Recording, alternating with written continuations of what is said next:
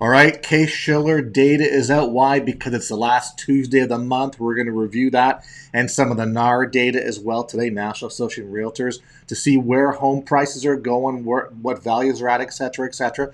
But does it even matter? Do you even care? I certainly don't. I've moved on. Not an issue to me. We're working distressed off-market deals that we're getting great equity opportunities on these days. So where there's a will, there's a way to buy cheaper, better price property. So having said that, welcome to Housing Bubble 2.0 News of the Week, or as I like to call it, another episode of As the Housing Market Turns. Randy Patrick here. As I mentioned, last Tuesday of the month, it's actually last day of November. Hope everyone had a great Thanksgiving holiday week. I was busy doing a number of different things. A lot of it is planning for the new year, dealing with clients, dealing with sellers, dealing with a lot of issues that are going out there. But again, back to putting the realism in real estate. Why? Because are we even in a real estate market right now? I don't know. It's pretty bizarre. So this video is brought to you by our friends at Foreclosure.com. If you want to know or want to see what's happening in your local area, you can get access to the #1 provider of distressed property listings in your area. Go to gethousingdata.com. That's gethousingdata.com to check out the information. And I'm sure you're going to be surprised because this number, or the number of distressed properties, will be growing. They're growing right now, and you'll start to see more stuff hit as time goes on, and especially in the new year, where we hear the lenders are going to start to let it rip and do a lot more foreclosure filings and stuff like that. So gethousingdata.com to check out what's happening in your neck of the woods. And before you leave the video, I want to actually discuss a closing this week on how we created $167,500 in equity and how I got a 49% discount on what was owed on the mortgage. So that's an interesting thing. We're going, and I hope I'm not jinxing it by telling you about this, but this is interesting, and it just sort of goes to prove that if you know what you're doing and you have access to the information and you can position properties, you can still buy good deals, even though it's a managed housing crash. Has it begun? It kind of has. Still getting a lot of headwinds pushing back on us, but this is indeed what's going to happen, and it will manifest a lot more once the new year hits. You just have to be patient. We're pretty much got one more month to the year, and stuff will start letting loose in January. So again, last Tuesday of the month, and what do we have here? Case-Shiller. Case-Shiller is a bit of a tag-along, drag-along calculation. It's very complex, so they're not typically the next month. It's usually a 2-month drag. So we're talking about September Case-Shiller information. Case-Shiller obviously is kind of, they have what we call a national home price index, which is kind of like the go-to valuation place to see what's happening in today's market and where things are at. So basically released the fact that the annual gain in September was 19.5%. So the year-over-year gain from September 2020 to September 2021 was 19.5%. We had Phoenix, Tampa, and Miami leading the way with respect to annual increases. So interesting the fact that Phoenix is still there, and as the #1, I guess you could say, home appreciation location in the country. And as far as the metros are concerned, and I think they've held that record for I don't know how many consecutive months now. So just please keep that in mind. It really is something else. So ultimately, in the end, it's the same. It's almost like the exact same slides are happening every month here. The analysis is the same. Basically, what the guy's saying that if he had to choose only one word to describe September 2021's housing price data, the word would be deceleration.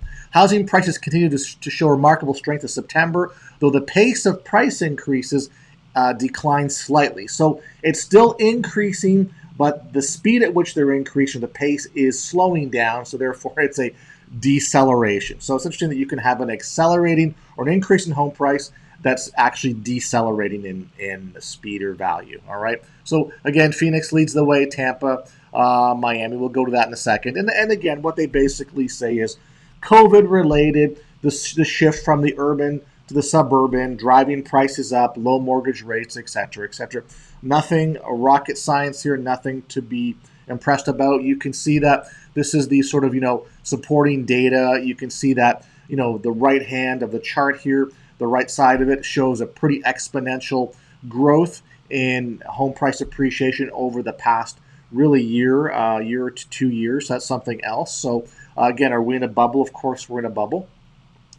This is a comparison. The Case-Shiller index has three indices: the national, the 20-city composite, the 10-city composite. So you can take a look here that pretty much the previous peak of, I guess you could say, the housing bubble in 2006 was, 2006. You can see the trough in 2012 and where we are today. So you can see every indice peaked, every indice dropped into the trough, and then every indice has outpaced and is well ahead of where the 2006 peak was. So every month, really now, we just keep seeing every month is a new peak. Every month is like a new price appreciation record or home value record across all the indices. So nothing to be surprised here. What I do find interesting, though, in this chart, you can take a look at the right-hand column.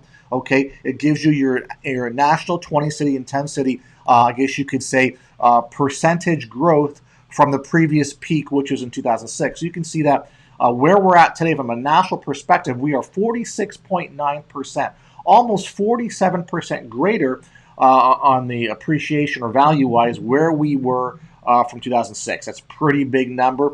And basically, if you bought a home or a property in that sort of 2011, 2012 timeframe, you've pretty much doubled your money. You can see where it's from the trough. 102%, 106%, 97.5%. So really, if you bought in that right time frame, you've doubled your money. That was the best place you could be at. So you've doubled, sell it, rent it out, whatever you do with it, live in it, enjoy it. But that's people who bought then.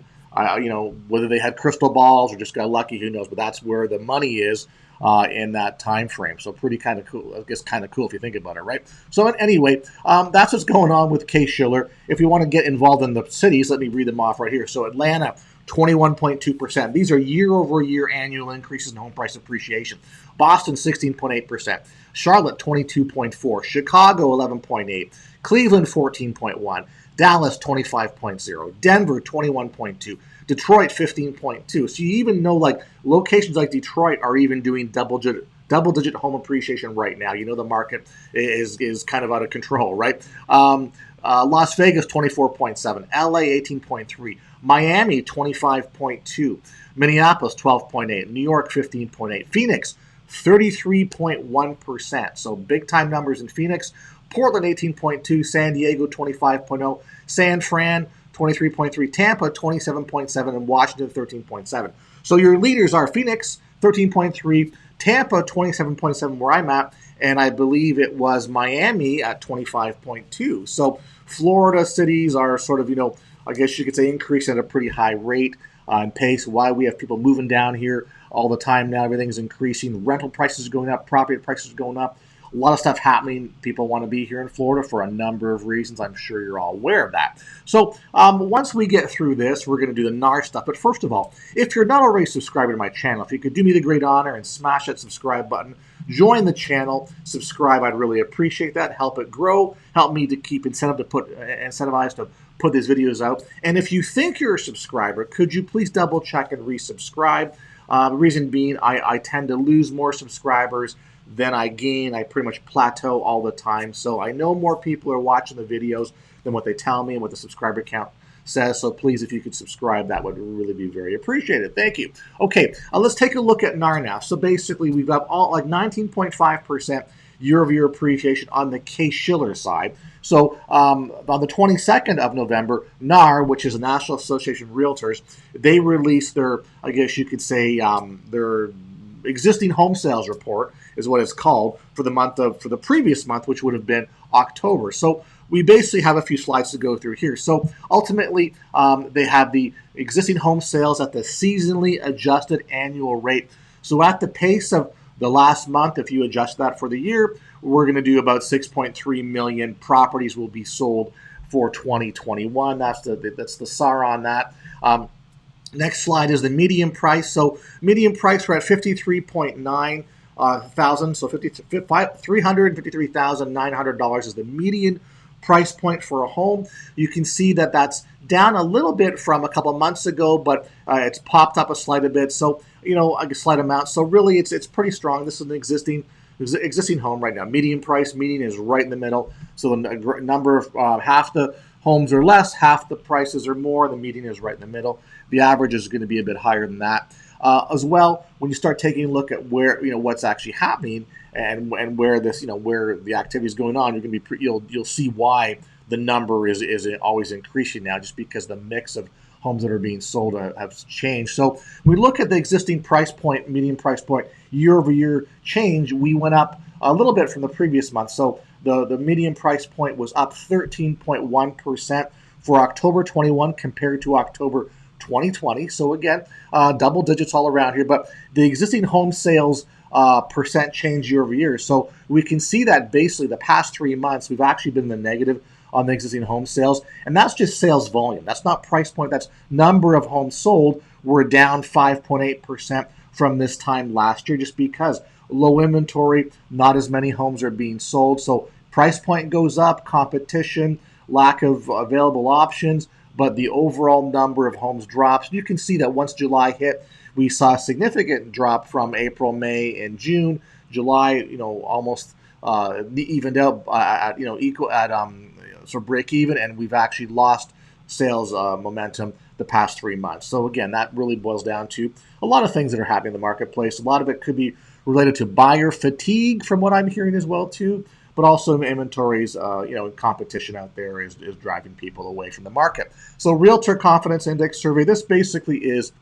just gives you a litmus test as to what's happening in the marketplace. So first-time home buyer. So the darker color is the current October 21. The lighter color shade is the October 20 last year. So first-time home buyers, a little bit of dip in first-time home buyers since last year. Sales to investors actually up from 14% to 17% of sales. Cash sales up from 19 from the year before to 24%. So basically, sales to investors up and cash sales up. Those two kind of go hand in hand because obviously a lot of investors are buying in cash, or they're getting private funding, which means that they could be delivering cash to the transaction and then securing the funding, after the fact or in a different way. But the point is, there's more cash coming in. Distressed sales, which are pre-foreclosures like short sales and REOs, real estate owned foreclosed properties, are 1%. Typically, it's actually less than 1%, but that's as low as they're going to go. It's same as last year. And days on the market, obviously, days on the market are shorter than the year before. So it's, homes are out there for less than a couple, 2-3 weeks, they're getting sold. So a brisk market, which indicates, low inventory, et cetera, et cetera. A lot of demand for homes. So homeowners, of course, are enjoying that, even though we had a little bit of deceleration from the value perspective. Existing home sales by region, obviously the South always dominates the volume of sales. Midwest in at 23%, Northeast 12%, the West at 21%. So really, the South has been that way for a number of months, if not years now. Just growth, activity, relocation, a lot of stuff going on in the southern states. If we take a look, this is where I talk about the values now. So take a look at distribution by sales range. So obviously 0 to 100K of property value sales, only 4% of the market. 100K to 250K a range, 24%. The bulk of it's happening at 250K to 500K, 43%. We're seeing an increase now on the higher end. So 500 to 750K is 16% of the sales, 750 million is 6%, and 1 million plus at 7%. So, we're really seeing an increase in higher end homes. So is that because of, number one, better economy? Is that because of, lower interest rates, greater buying power? There's more inventory in those areas, so people are forced to go up to the next price point potentially. So you can see that, the amount of sales in the lower tier, so 250 and below, is actually dropping significantly. The 250 to 500K actually is less sales. And where we saw the greatest growth, obviously, is in the 500K range, 750K range. The big growth is the $1 million property. So, I look at this as it's just basically wealth transfer. It's shifting of location. So maybe you're coming from a much more expensive marketplace like a West Coast or a New York type area where you can actually sell your property, do very well, come down to the South and buy, a $1 million property, which is getting you more than what you had for your $1 million property in the Northeast states, for example. So I do think, plus I know because I see it, people are coming down and they're happy to spend more money in the southern states because they're getting far more bang for their buck. And now when we have, we take a look at the decrease in the sales for the low end, an increase in the sales on the much higher end, that's where the median price point is slowly being pushed upward, and that's the numbers that you're going to see. So simple as that. So that's the scoop from the marketplace right now. So there's no surprise there. As I mentioned, the shift has started. When did it start? Well, really, once July 31st, which was the official end of the foreclosure and eviction moratorium, basically it was all hands on deck. Let's go. So the lenders are picking speed up now. We're seeing more foreclosure filings, more foreclosure auctions, more things starting to transpire right now.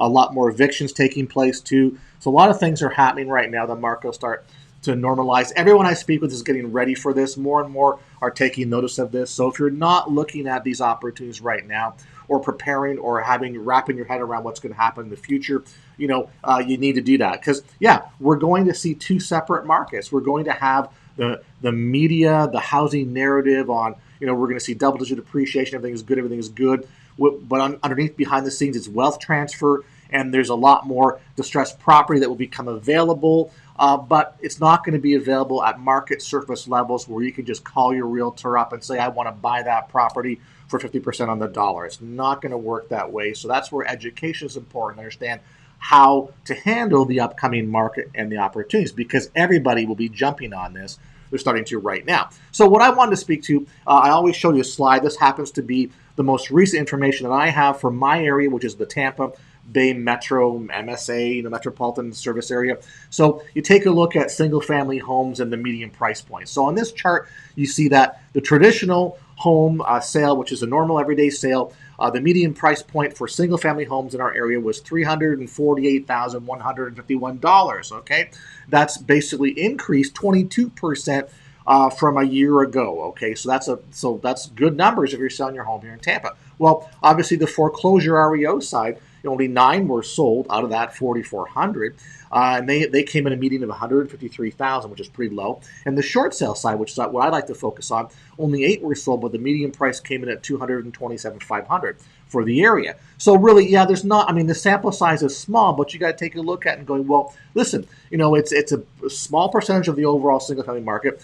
It's a 34% discount over retail, and there's 120K in equity that's there. So those are pretty good numbers. Those numbers alone should compel you to go, I need to look at this type of market and see what's going on out there, because there are opportunities. And I'm going to show you. Remember the first slide I showed about the house and the discount and the equity that was created there. So that's what really happened. So we're closing one on Friday.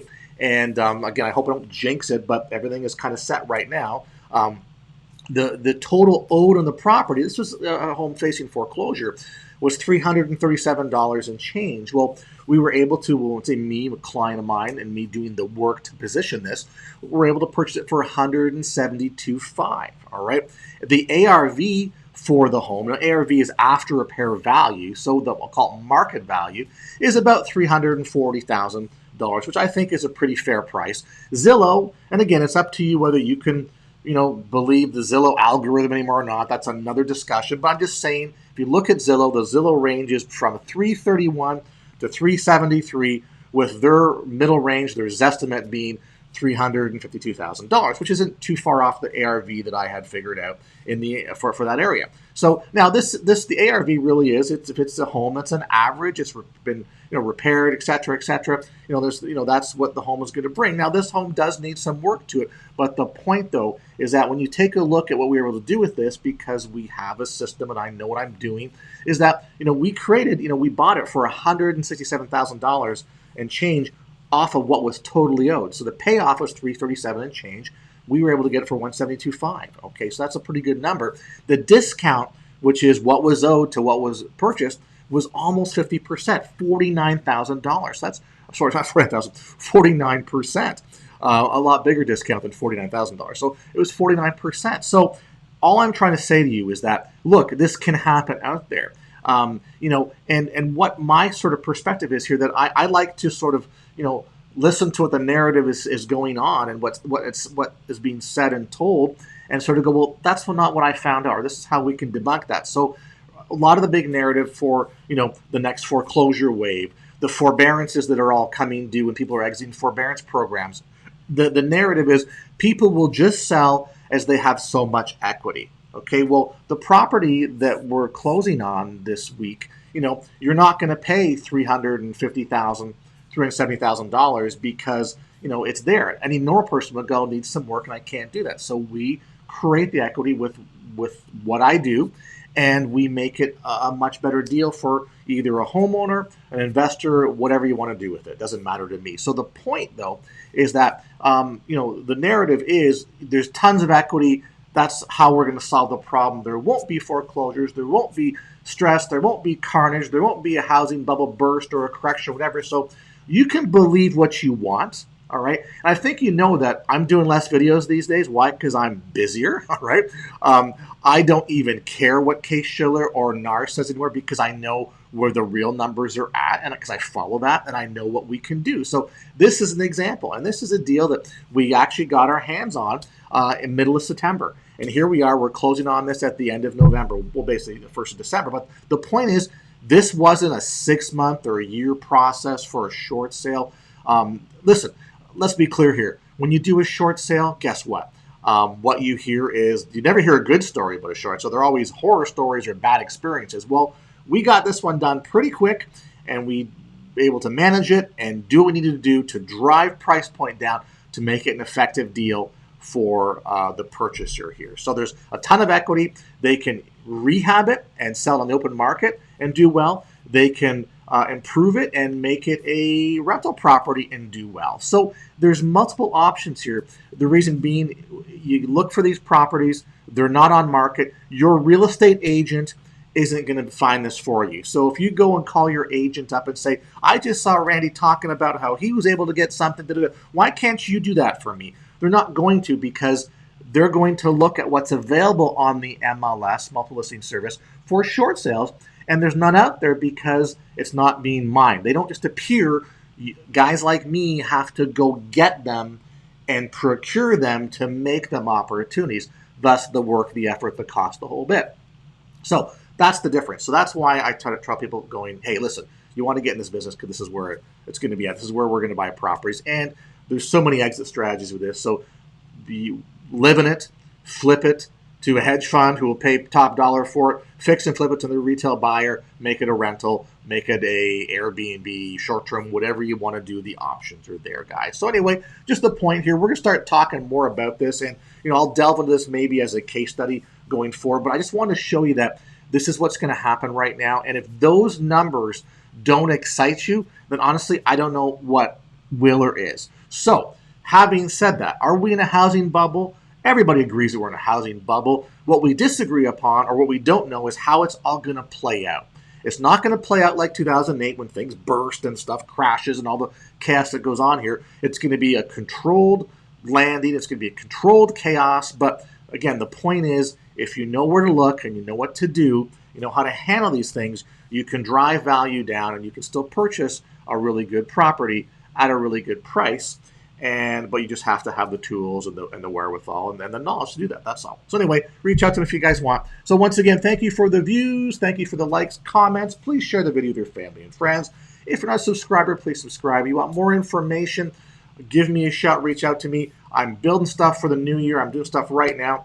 A lot of activity. And one thing I do want to mention, though, too, is I've got other projects on the go here. So I'm looking for basically investor partners for, a 24 townhouse new construction deal going on here, like development opportunity. I've got like some commercial stuff coming through now. So stuff is happening. If you're looking to spend money and purchase stuff before the year round or involved in some investing, please let me know. We can talk about that. All right, everybody, take care. We'll look forward to starting these videos up. I know I say it every week, and quite frankly, it's time to get back and doing this right now.